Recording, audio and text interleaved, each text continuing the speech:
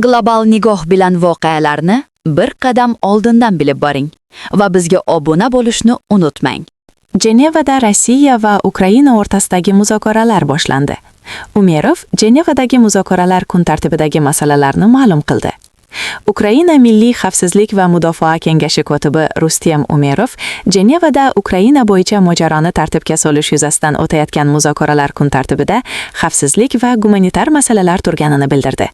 Bugun 3 tomonlama formatdagi navbatdagi muzokaralar bosqichini boshlayapmiz. Ukraina, AQSh, Rossiya.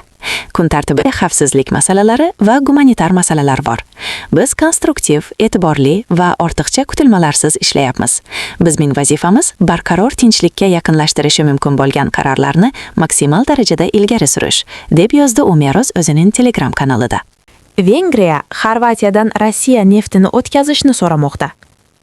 Vengriya Rossiyadan dengiz orqali kelayotgan neftni Adriatika neft quvuri orqali o'tkazishga ruxsat berishni Xorvatiyadan so'ramoqda. Bu Yevropa ittifoqi qoidalariga muvofiq bo'lishi kerak va bu iltimos yoki yaxshilik emas, balki majburiy qoidalarga rioya qilish masalasidir, dedi Vengriya tashqi ishlar va tashqi iqtisodiy aloqalar vaziri Petr Siyarto. Biz Slovakiya bilan birgalikda Xorvatiya hukumatidan amaldagi majburiy Yevropa qoidalariga muvofiq harakat qilishni va Rossiya neftini Xorvatiya quvuri orqali tashishga ruxsat berishni so'radik. Aniqlik kiritaman.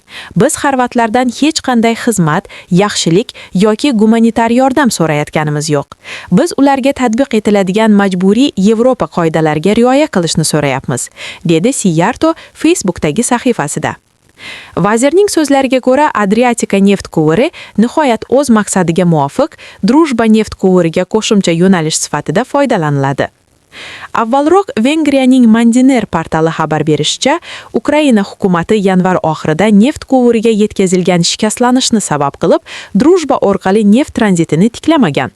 Vengriya tashqi ishlar vaziri rahbari Petr Siyarto esa Kiyev buni siyosiy sabablarga ko'ra qilayotganini, texnik asoslar mavjud emasligini ta'kidlagan.